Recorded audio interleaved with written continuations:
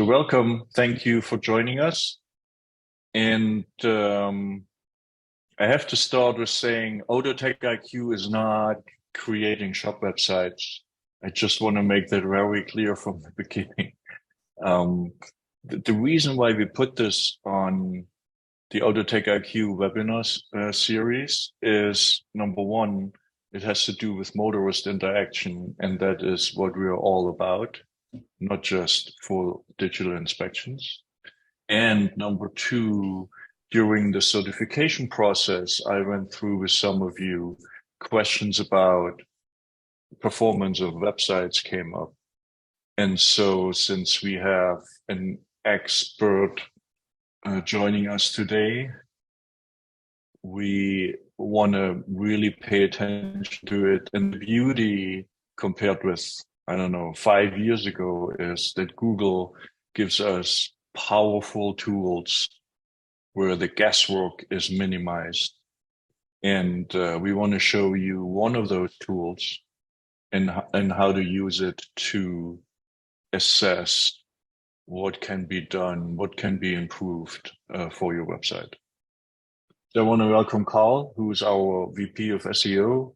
Carl has been and still is an SEO consultant for big companies like Zappos, Nike, and he is also a guest on SEO podcasts. If you want to follow that, just link to him on LinkedIn, and you will enjoy a great education on how the voodoo magic SEO works. Welcome, Carl. Thank you. Thank you for having me. So I would just like to start because, like I said, it's a topic where we have to unpack a lot, and so and this is not meant to be just a theoretical thing. We really want to use a few websites. Some of you gave us and use examples, so you are equipped at the end of the webinar to go to your website provider and ask a few questions and ask how to change things if they're not in good shape. So with that, the floor is yours, Carl. Thanks. Let me know when you can see my screen. I can. Okay, great. So there are three things that we're going to be talking about today, and then we will give some examples. The first thing and the most important one to understand, and it's a hard one to fully understand, but I just reiterated to everyone, Core Web Vitals is not about what Google thinks. It is how users use your website. And it is always the last 28 days, the average of the metrics. So even if Google thinks all your metrics are green, but users are having a bad experience, your ranking could suffer. When SEO experts talk about it, they talk about lab and field data. Field data is what users are experiencing. Lab data is a diagnostic tool that Google provides you to help figure out what could be wrong. But the only thing that matters when it comes to ranking is field data. The second thing is we don't know 100% how major of a ranking factor is Core Web Vitals. The best current guess is that it is not a major one, but a minor one. So it is unlikely that your website isn't ranking at all because of Core Web Vitals. But if you're doing everything else great, improving your Core Web Vitals can improve your ranking. So I wouldn't make SEO decisions purely based on Core Web Vitals. And then the third thing is I'll explain the 3 Core Web Vital metrics in easy to understand terms. The first one is LCP, so largest contentful paint, which basically means the largest element on the page when the page is loading. And by largest, I don't mean like megabytes. I mean percentage of the screen. How long does that take to finish loading? The theory here is that if a user goes to a website, if they want the thing that is largest should load relatively quickly, because that is going to be the most impactful for the user. Most of the time when you're troubleshooting LCP, it is because the website as a whole is slow. And so you want to get below 2.5 seconds for that largest element to load. The next one is first input delay. It is very rare that an auto repair shops will have problems with it, but I'm sure you've experienced it when you're trying to click while a website is loading and nothing happens. Basically, Google is measuring the delay that it takes for after you click for the website to respond, and Google wants that to be less than 0.1 seconds or 100 milliseconds. So very quickly. The third, if you're trying to troubleshoot first input delay, you're always optimizing JavaScript, or 99% of the time you're optimizing JavaScript. As I said, rarely affects auto repair shop websites, but it's a good one to know in case it sometimes happens. And then cumulative layout shift is how are elements moving while the website is loading. I'm sure we've all had that experience where a website is loading and you go to click a button and all of a sudden that button has moved and you click on something that you don't want to click on.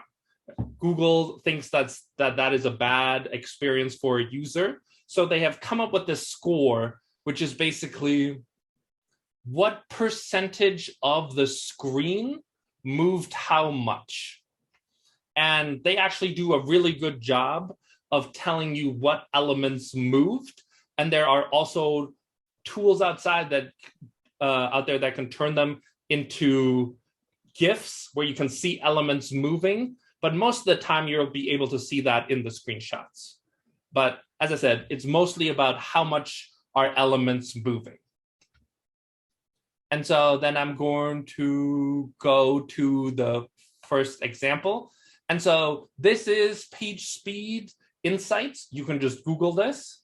And at the top is what user behavior. And then when it says diagnose performance issue, that is the help that Google is giving you. So this up here is field data. This down here is lab data. And so for this website, right, they pass LCP because the largest element loaded in 2.4 seconds for the average user. There is no input delay, but they are failing CLS because elements are moving. And so if we now scroll down here, you can see this little timeline of images. And as you can see on mobile, the menu of the different brands first expands and then collapses. So the entire rest of the website gets pushed down and then comes back up. And if you go down here, it says avoid large layout shifts, and it tells you what moved and how much it moved. And so you can zoom in and you can see this part of the website moved, right? Which we also see in the screenshots because the menu expanded, pushed everything down, and then everything moved up. And it also, this text moved as well because when the thing collapsed, everything moved up. And so because, go ahead. Would you mind zooming in a little bit more? I think that would help. Sure. Thank you. And yeah, so the test is called avoid large layout shifts, and it's prioritized by score, as you can see here. And so if this was my website, I would go to my website provider and say, hey, it looks like there's an issue with how the main nav is loading. Here's a screenshot of this timeline of screenshots. Could you please make it so that when the main nav is loading, it doesn't expand and then collapse, because it is negatively affecting my SEO. They should be able to fix that. It will take some recoding of how the main nav loads, but it shouldn't be a huge issue. And this series of a screenshot of this and a screenshot of this in combination with this link should give them enough information to tell them how to fix it. And they should be able to fix it. Any questions about this example? So yeah, I have a few. But before I ask them, I just want to let everybody know for some reason we are technologically impaired. We cannot get the chat to work. If you could ask your question in the Q&A, that would be awesome. Thank you. So basically, for the shop owner who sees the failed test, can you point this out? Because that's really the the failed test is, yeah, right. Yeah. So if it says failed at the top, Core Web Vitals assessment, then you go and look at the 6 metrics there, and then at least one of them is in the red. Only and 3. Then you, so only 3. This one, this one, or this one, the first row. I see. Interesting. So the others are just supporting information. Yeah. Makes it even simpler.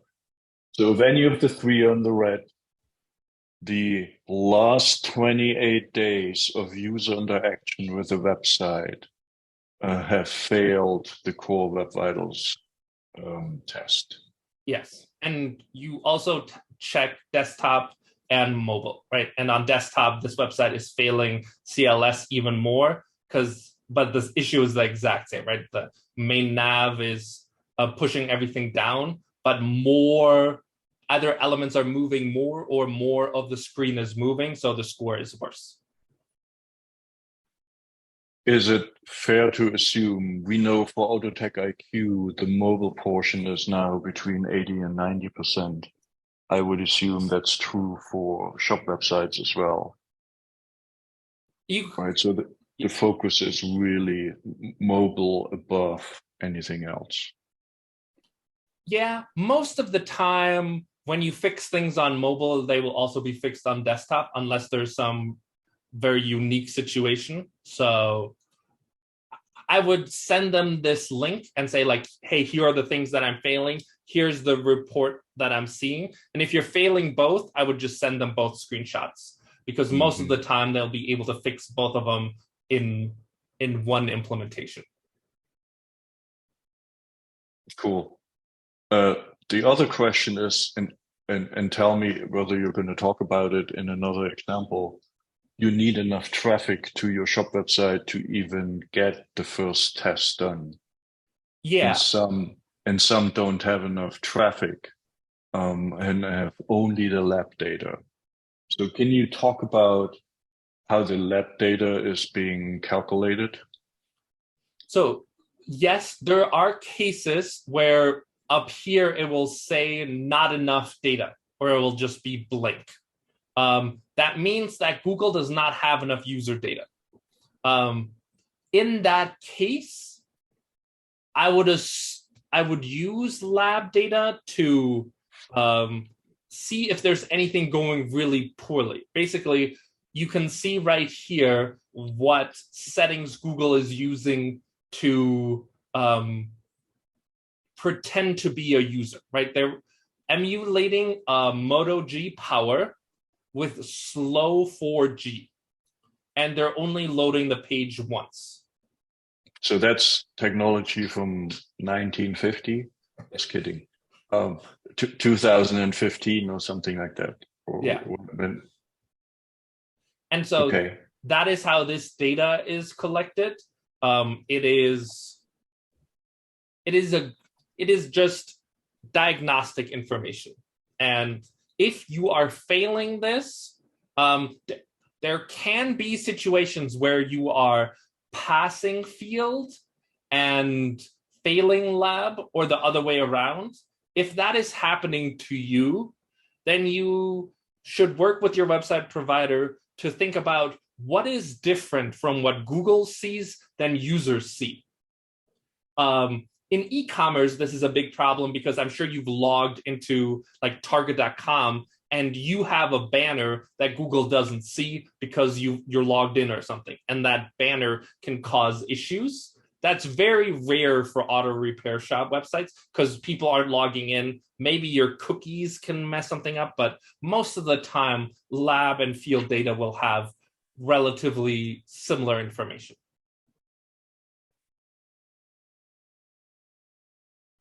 Cool. So basically, I just go to my website provider and say, here is where our website is failing. And if it's in the user area, it might hint a ranking problem, not major, but it could be the difference between ranking first or second. Yeah. Very cool. So this is an example of, for instance, where there is no lab data, but there's no field data. In the lab, they are failing cumulative layout shift and largest contentful paint. So things are loading slowly, or the largest element is, and things are moving around. This is an interesting case because if you look at the screenshots, you don't really see things moving. If you go to this web page as an actual user on your phone, you're going to see this slight flicker.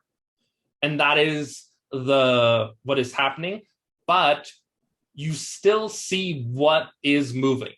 And so in this case, the entire web page is moving very slightly, and these other elements are also moving.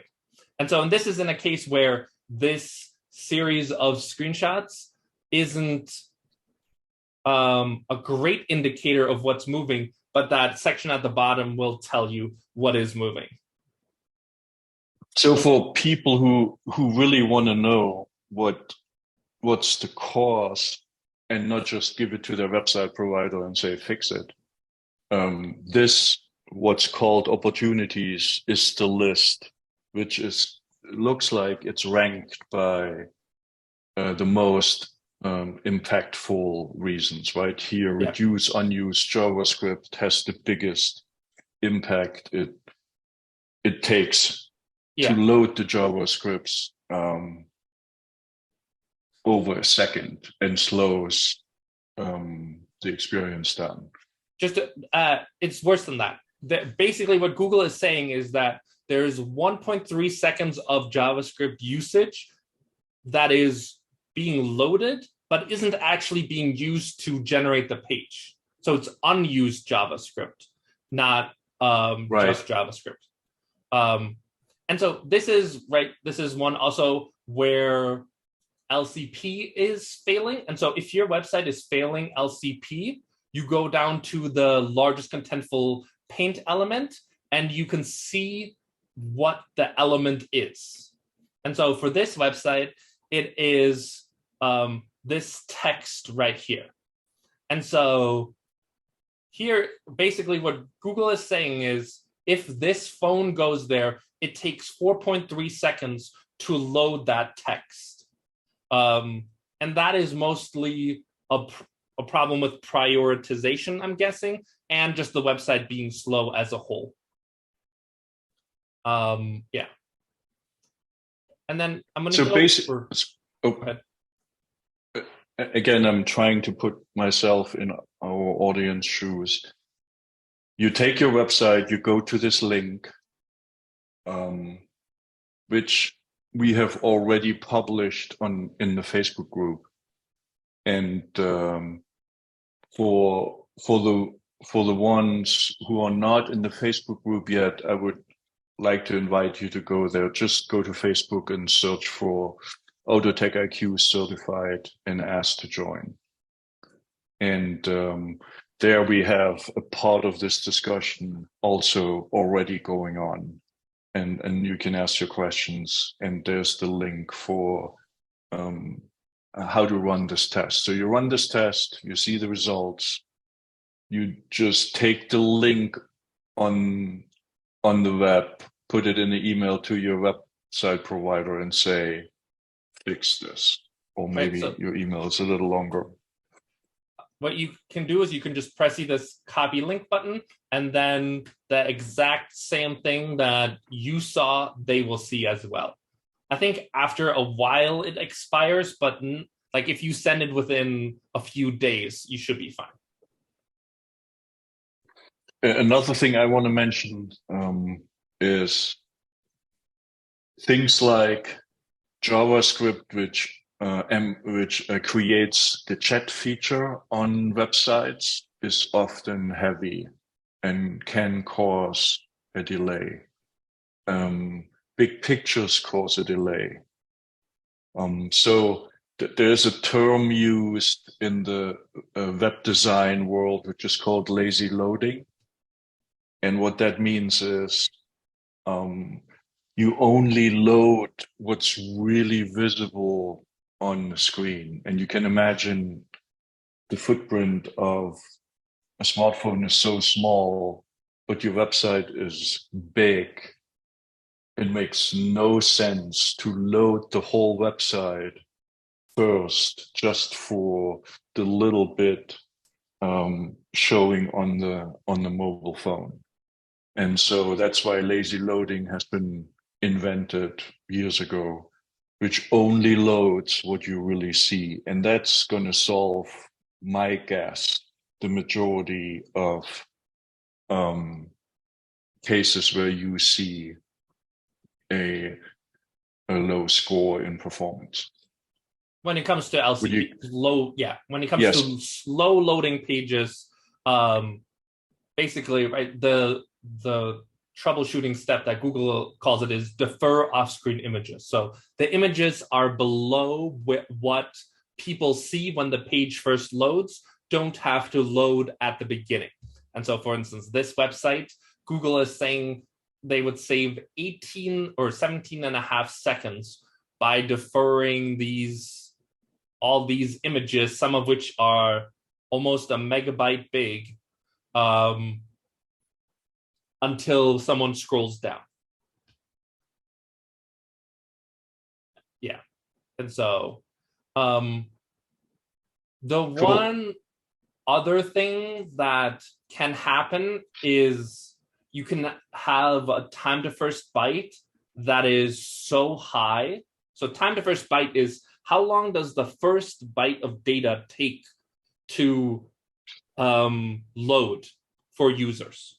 And so, right, this website has such a bad time to first byte that largest contentful paint doesn't even load for users, because, right, if it takes 3.2 seconds to load the first byte, that means it is impossible to pass largest contentful paint because the goal is to get under 2.5 seconds for the biggest element to load.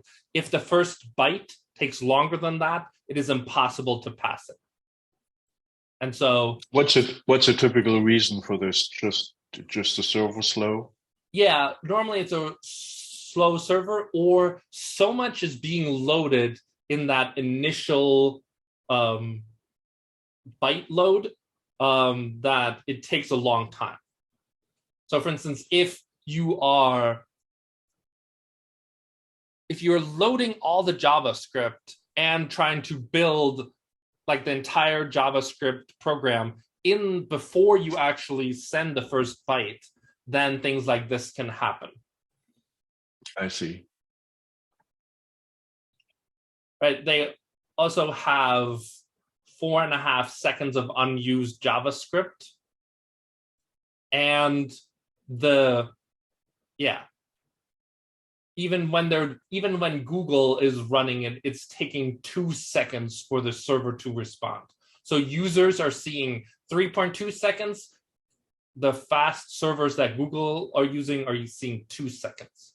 So something is going very wrong in how the initial byte is loaded. Cool. Any one do we have? Oh, we are almost done. 2 minutes left. Is there any question we haven't answered yet? Please use the Q&A.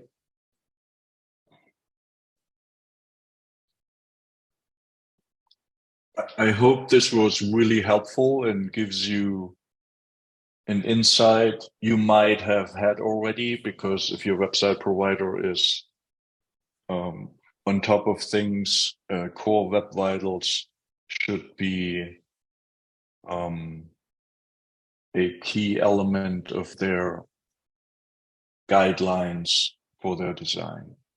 And they might have talked about it already in a webinar or something like that, or in your monthly check-in, or in other occasions. So I just want to reiterate, as Carl said, it might be the reason why you're not ranking first, but it will not let you jump from page 2 to page 1 in Google. And I also want to reiterate, if you're not in a Facebook forum yet, it's called AutoTech-IQ Certified. Please find it and join, ask to join, and then fire away with whatever questions you have about your particular website challenge, if there is any.